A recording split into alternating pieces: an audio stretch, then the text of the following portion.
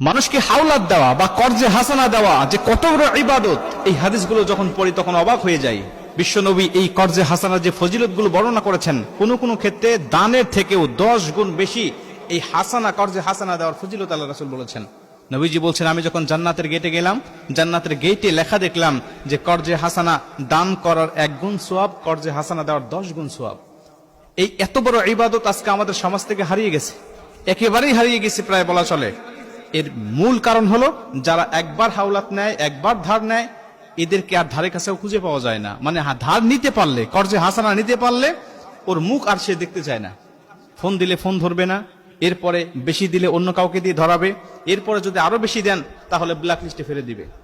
মানুষের দোকানে বাকি খায়, বাকি খাইতে খাইতে যখন বেশি হয়ে যায়, দেওয়ার সময় হয়ে যায়, হালকাতার সময় আসে, তখন ওই দোকানে না গিয়ে অন্য দোকানে নগদ খায়, তাও ওই দোকানের সামনে যায় না।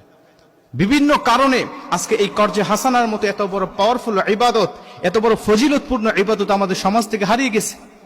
নবীজি সাল্লাল্লাহু আলাইহি ওয়াসাল্লাম আমাদেরকে এই বিষয়টা বলে দিয়েছেন, কি ফর্মুলায় আমরা এই কর্জে হাসানাগুলো দিলে আমাদের সম্পর্ক ঠিক থাকবে আর আমরা সেগুলো নিতে পারবো।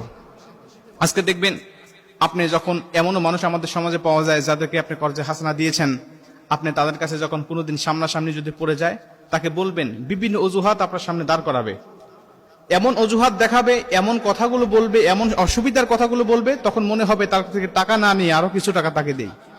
নবীজি বলছে, এজন্য তোমাকে একটা ফর্মুলা গ্রহণ করতে হবে, যে ফর্মুলাটার নাম হলো বন্ধক সিস্টেম।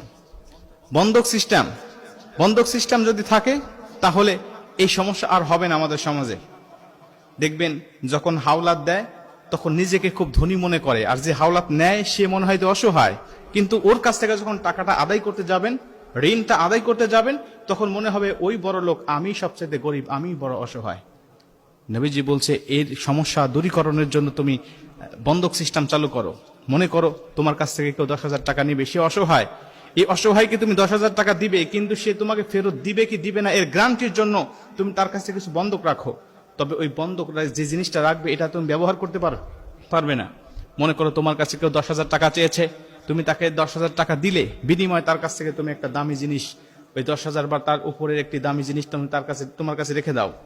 তুমি তার কাছ থেকে তার মোবাইলটা জমা নাও, ঠিক আছে তোমার মোবাইলটা আমার কাছে দিয়ে যাও, তুমি যেদিন টাকা দিতে পারবে এই মোবাইলটা তুমি নিয়ে নিবে, তোমার মোবাইল আমি ব্যবহার করবো না, তোমার ড্রয়ারের মধ্যে তুমি মোবাইলটা রেখে দিবে, বা দামি ঘড়ি বা যে টাকাটা দিবে তার থেকে একটু বেশি মূল্যের জিনিস তুমি তোমার কাছে রেখে দিবে।